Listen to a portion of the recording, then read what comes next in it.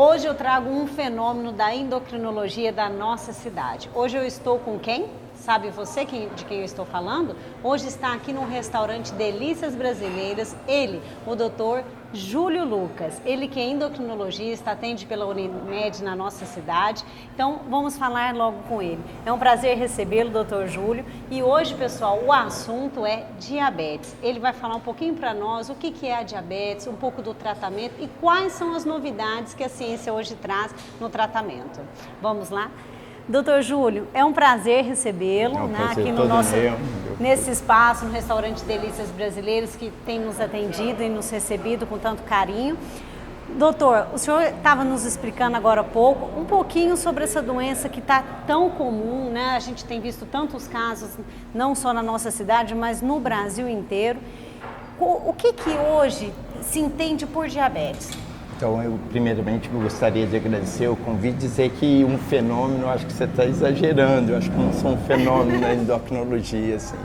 Mas eu acho que eu fico muito feliz de ser convidado para falar de diabetes, que sabe-se que diabetes talvez seja uma das doenças de maior prevalência hoje no mundo e principalmente nos países subdesenvolvidos, ela vem aumentando, né?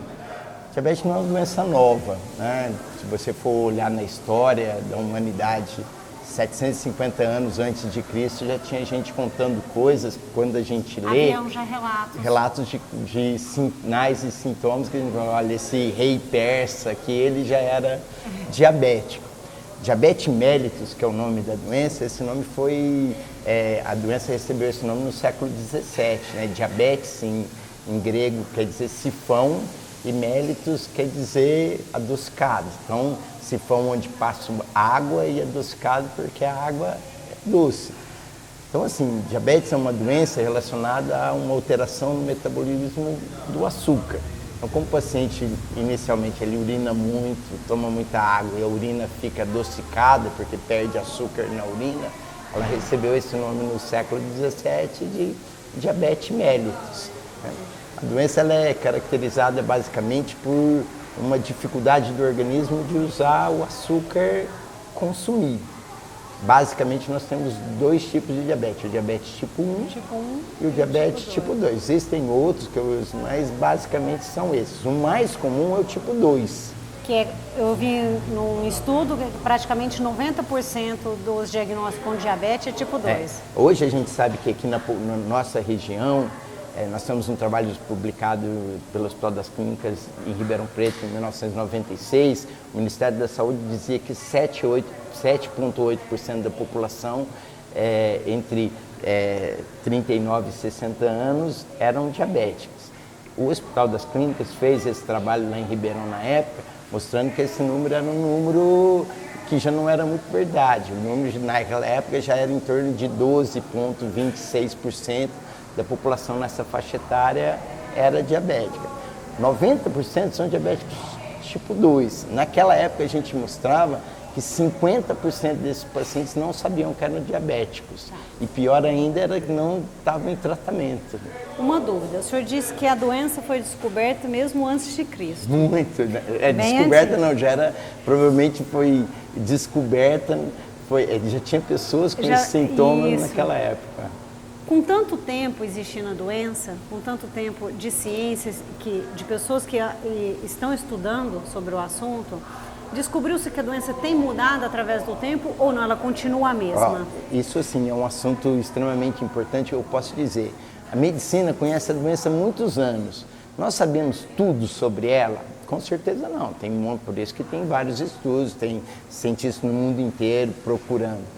O que a gente tem certeza hoje, que ninguém fica mais discutindo, que ninguém fica mais batendo boca? A gente tem certeza que aquele paciente melhor tratado, aquele que segue o tratamento corretamente, que mantém os seus controles, ele tem muito menor chance de ter complicações da doença.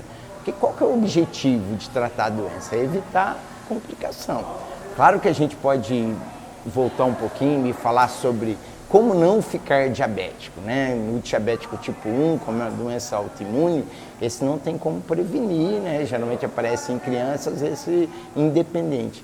Mas o diabetes tipo 2, além de ele ter herança genética, A grande situação que faz com que aumente o número de diabéticos numa população foi o aumento do ganho de peso. Tá. O ganho de peso, quando eu me formei, isso há 20 anos atrás, eu lembro de falar que diabetes era uma doença de pessoas acima dos 60 anos. E isso, então tem com mudado o tempo, o perfil do diabetes tipo 2. Porque as pessoas têm aparecido diabetes, hipertensão, colesterol alto, doenças mais cedo na população, e hoje a gente vê diabetes tipo 2 em criança, porque geralmente está relacionado à obesidade, né? Então, o grande fator que nós temos que discutir é um problema de saúde pública, a doença do século XXI chama-se obesidade. Obesidade. Doutor, agora nós vamos por um pequeno intervalo, né? Eu vou chamar a nossa querida Teore, que vai deixar dicas para você sobre o restaurante Delícias Brasileiras.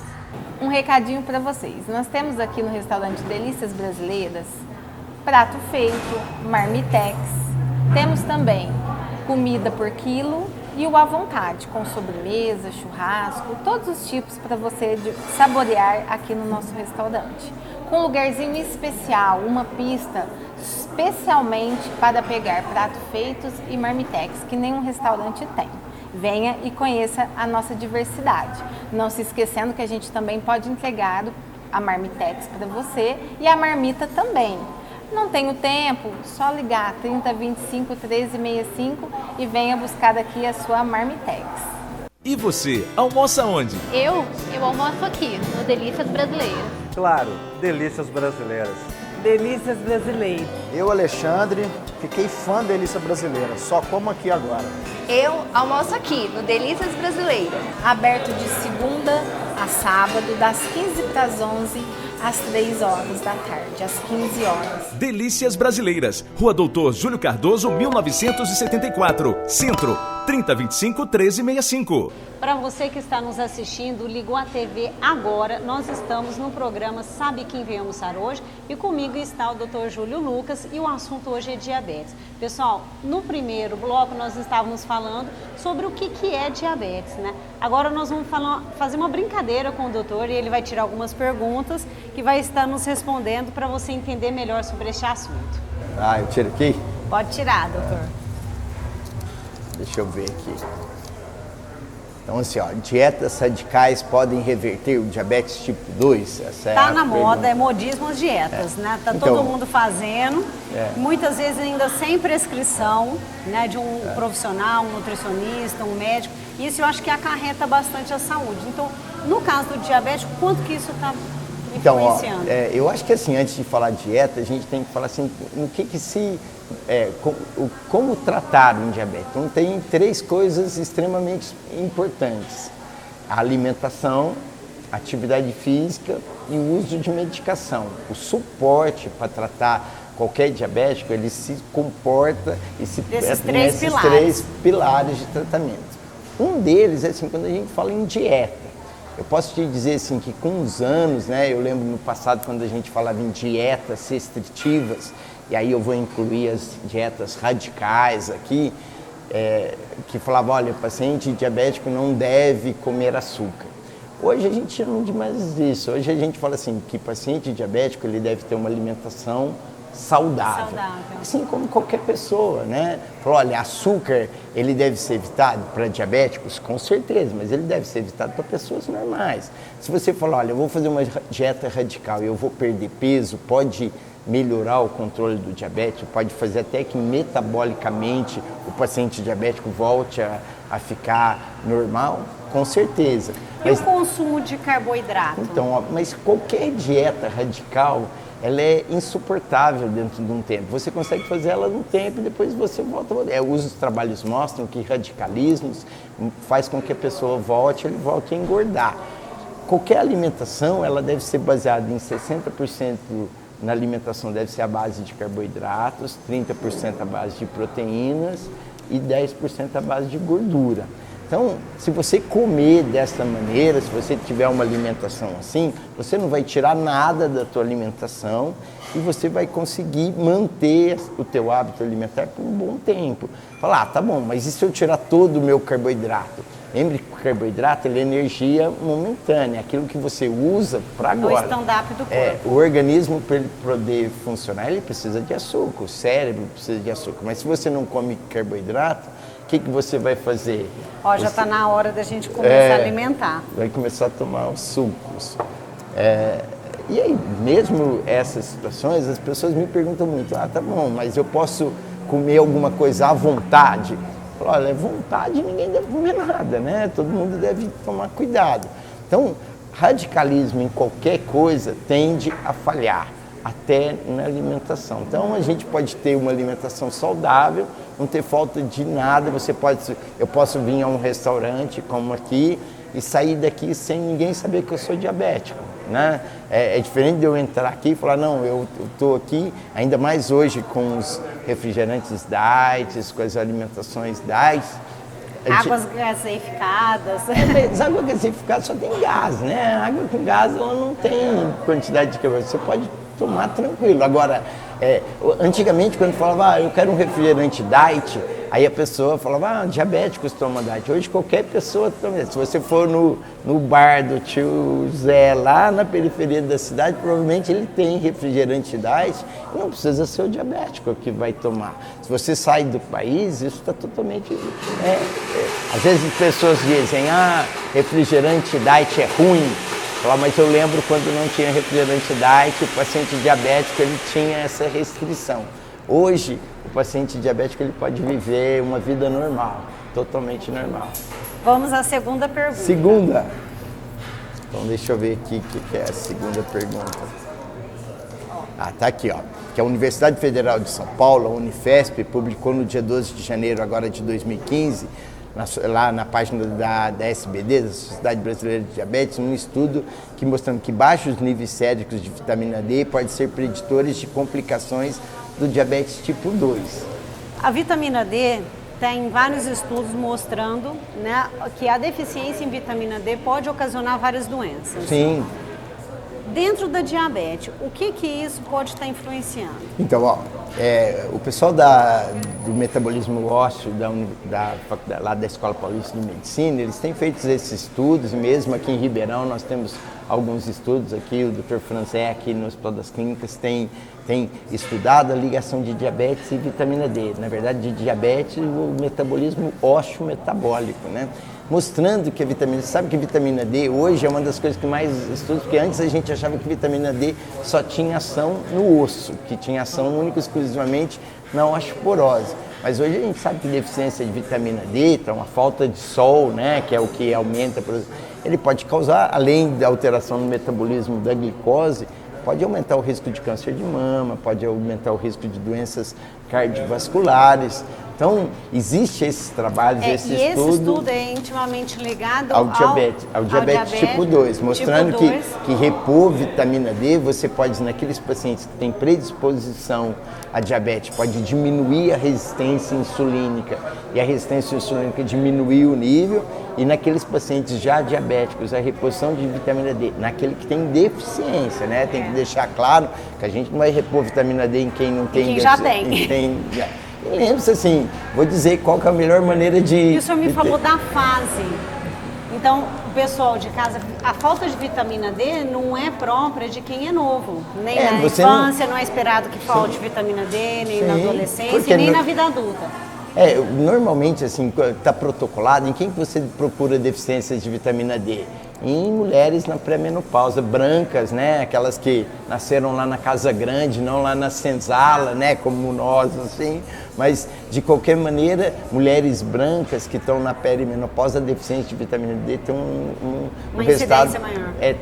Tem uma preocupação maior, né? Na verdade, deficiência de vitamina D em qualquer idade, só que o que a gente faz com criança e adolescente, muito melhor do que repor vitamina D, é tirá-las de dentro de casa e colocá-las tomar um pouquinho de sol, né? Tá, ele tocou num assunto bem importante e antes nós tivemos um papo e ele me falou sobre a exposição solar. O quanto que eu devo estar exposta ao sol para ter essa reposição da vitamina D? Isso é um assunto interessante, porque geralmente com a história do câncer de pele, os dermatologistas, a gente tendeu a usar mais o protetor solar, a gente não sai no sol, a gente toma um cuidado. Mas se você tomar 10 minutos de sol em 5% da área corporal, se você tomar com os braços expostos entre 11 da manhã e 2 horas da tarde, isso é suficiente para você produzir a tua vitamina D diária tranquilo. Olha, eu não estou mandando ninguém ficar na hora do almoço de biquíni, e nem ficar lá o tempo inteiro, de bronzeador tomando sol. 10 minutos, falar, tá bom, mas eu não posso tomar sol nesse horário porque eu não gosto. Então, se você for fazer atividade física antes de 9 da manhã e depois de 4 horas da tarde, você vá com o teu corpo exposto, né, em áreas no braço, nas pernas, para aumentar a produção de vitamina D. Pessoal, outra coisa que ele comentou, quando ele fala de área exposta, ele falou sem o protetor, porque com o protetor inibe essa inserção. E o que acontece? Muita gente fala, olha, eu estou no carro e bate o sol no vidro do carro, fala, olha, o sol que bate no vidro do carro ou mesmo na janela de casa, se você ficar atrás dele, diminui a produção da vitamina D. Então tem que ser no sol sem proteção. Então você não passa protetor solar e nem fica atrás do teu carro com isso filme, né, tomando sol, porque não dá. Nós estávamos brincando, falou assim, o protetor fica na bolsa, você fica 10 minutos no sol e passa o protetor. Isso para os dermatologistas não brigarem comigo posteriormente. Isso. Doutor, vamos à terceira pergunta? Sim. E aí, vocês estão entendendo do assunto? Porque tem mais para vocês ficarem inteirados. A pergunta aqui está perguntando se pode ocorrer em qualquer idade. Então, está perguntando se o diabetes ele pode ocorrer em qualquer idade. Ele pode ocorrer em qualquer idade. Lembre-se que o diabetes tipo 1, que é aquele que tem total deficiência de insulina por ter destruído a célula beta, que é a célula lá no pâncreas que produz insulina, ela é uma doença que ocorre em pré-adolescentes, em adolescentes. Então, elas ocorrem mais nessa, pode ocorrer em qualquer fase da vida, mas é mais comum nessa. Na vida adulta, ela é mais comum o diabetes tipo 2 e pode ocorrer em qualquer idade. Como eu falei, a gente antigamente via diabetes tipo 2 mais aquelas pessoas que têm herança genética, né, que tem o pai, a mãe, isso aumenta o risco, mas quanto mais o peso aumenta, né, e quanto mais jovem o peso aumenta, maior aumenta o risco de ter diabetes. Agora eu peguei mais uma pergunta e a pergunta é, doutor, há como viver bem hoje com diabetes?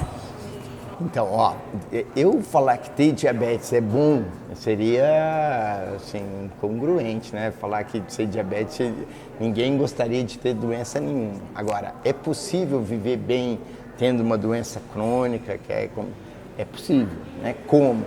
Olha, siga as orientações do seu médico, né? Siga orientações da nutricionista, siga orientações do educador físico, que são pessoas... Antigamente, quem tratava de diabetes era só o médico. Hoje a gente sabe que a equipe multidisciplinar, o médico, muito, o endocrinologista, a nutricionista, a psicóloga, o educador físico, todos esses profissionais, eles vão nos ajudar que ninguém fique melhor do que é, né? Mas que a pessoa possa ser normal. É possível ser normal sendo diabético? É possível. Eu poderia passar aqui te contando um monte de gente que provavelmente você vê na televisão todo dia que é diabético, você nunca iria saber que era diabético. Por quê? Porque provavelmente ele faz tudo que é orientado para ser feito. E olha, se eu falar para um paciente diabético que ele tem que comer direitinho, que ele tem que fazer exercício, que ele tem que usar medicação, tirando a medicação que deve ser usada, mas comer direitinho eu falaria para você que não é diabético, né? Fazer atividade física eu falaria para você. Então, tirando o remédio, talvez o paciente, claro que a insulina hoje ainda é um remédio injetável, que tem essa situação que às vezes o paciente fala, mas tem que tomar insulina. Mas olha, ninguém é culpado por ser diabético, né? O diabetes tipo 1 principalmente, a pessoa é diabética por uma alteração autoimune. O diabetes tipo 2, ele tem a predisposição, então ele acabou engordando e provavelmente isso ele desencadeou. Então mude a sua alimentação, tenha uma alimentação saudável, faça exercício físico. É possível levar uma vida normal e bem sendo diabético. Pessoal, nós vamos finalizando por aqui o programa, mas agora nós temos o doutor, que ele também estava me relatando que é portador, né, de diabetes. Na opinião dele, na visão dele, agora nós vamos mostrar a pista para ele de comida. É a melhor parte do Eu falei programa. para comer bem, agora ela vai judiar Ele vai de mim. mostrar, exatamente. Agora ele vai mostrar o prato dele. Ele, como eu já disse, qual é a experiência que o senhor tem com alimentação? Ele que tem uma vasta experiência, porque além de endocrinologista, né? O senhor também... Mas eu sou diabético antes de ser endocrinologista, né? Porque eu sou endocrinologista há 20 anos e eu sou diabético há 40. Então, antes de ser endocrinologista, eu já era diabético. Então, provavelmente a minha experiência como paciente é maior do que como médico, né? Sim, eu tenho... Não é experiência e paciência, não. Talvez, assim, a minha função é ajudar aquelas pessoas que são diabéticas a não serem diferentes de outras. Porque, provavelmente, se eu não te conto que eu sou diabético, eu ia sair daqui e você nunca ia descobrir, né? Então eu não quero ser melhor do que ninguém. Eu, como diabético, eu quero só levar uma vida igual qualquer pessoa leva. Mas existe aquela questão, eu acho que a pessoa que apresenta esse quadro, quando vê um médico ou uma outra pessoa que tem o mesmo problema, elas se identificam, né? Por você saber realmente aquilo que eu passo. Né? Então, existe essa afiliação. Sempre assim, uma pergunta que as pessoas sempre me fazem, você se tornou endocrinologista porque é diabético? Eu, durante muito tempo, eu disse que não, né? Eu falo, não, eu acho que não, eu gostava disso. Eu falo, olha, talvez sim, né? Talvez eu tenha vindo para a endocrinologia, primeiro porque eu adoro e não gosto só da área de diabetes, eu gosto das outras áreas em endocrinologia. Provavelmente hoje eu atendo muito mais pacientes com doenças de tireoide do que pacientes com diabetes, mas o diabetes ele é desafiador, porque você tem que trabalhar com o paciente, e isso numa vasta área de alimentação, da área psicológica, porque é difícil, né? Assim, para uma pessoa, principalmente um adolescente, ficar diabético, no auge da vida, né, que ele está ali, e aí de repente você põe algumas situações que ele acha que é restritivo. Olha, eu vou ter que tomar insulina e é injetável, eu vou não poder comer tudo que todo mundo come, eu vou ter que fazer meus testes de glicosimetria, vou ter que usar meu aparelhinho, isso vai ter que andar comigo. Falou, olha, é verdade, né? Vai ter algumas coisas que você vai estar fazendo, mas eu como paciente, eu não vou falar como endocrinologista hoje, vou falar como paciente, nesses 47 anos que eu tenho, eu não me lembro de nada que eu tive vontade de fazer e eu não fiz por ser diabético. Não me lembro. Se você falar, eu tenho vontade de virar alpinista, subir no Everest. Falar, olha, pode ser que eu teria que ter alguns cuidados maiores, mas eu vou te dizer que eu conheço diabéticos tipo 1 que já subiram o Everest. Já. Não. Obrigada, doutor. Agora vamos ao que interessa, que é a alimentação. Vamos comer. Vamos comer. Na hora do almoço é bom ir comer.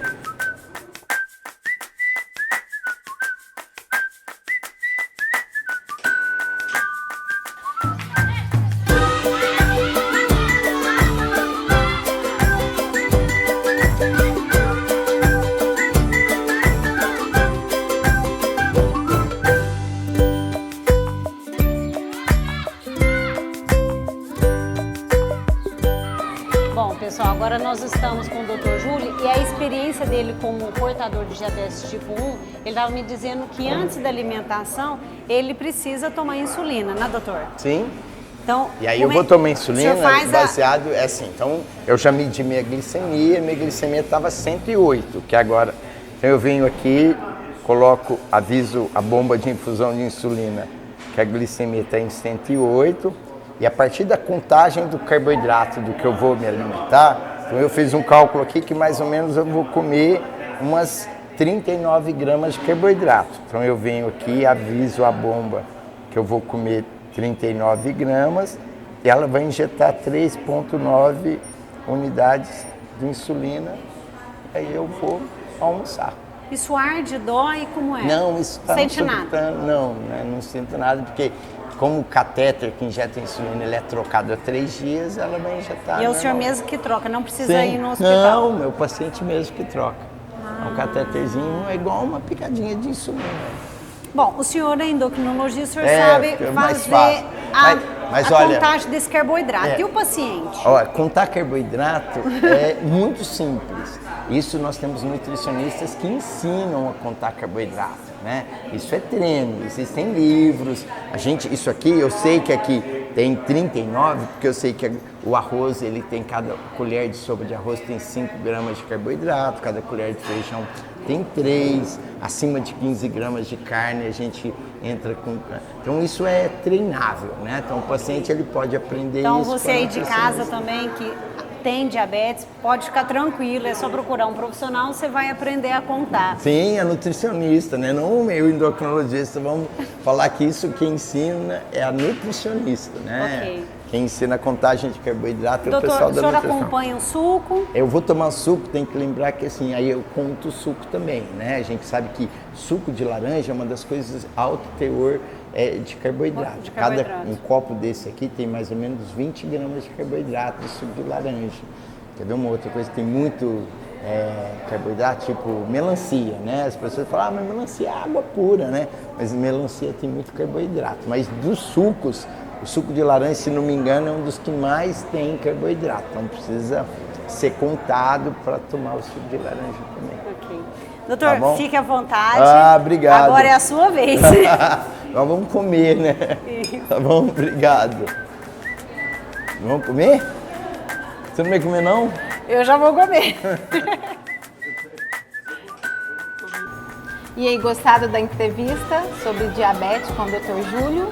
Então, venha pra cá, venha no restaurante Delícias Brasileiras, onde você vai encontrar um cardápio diversificado, com arroz integral, filé de frango, comidas, tanto para diabéticos, comidas para pessoas que querem comer também churrasco, salmão.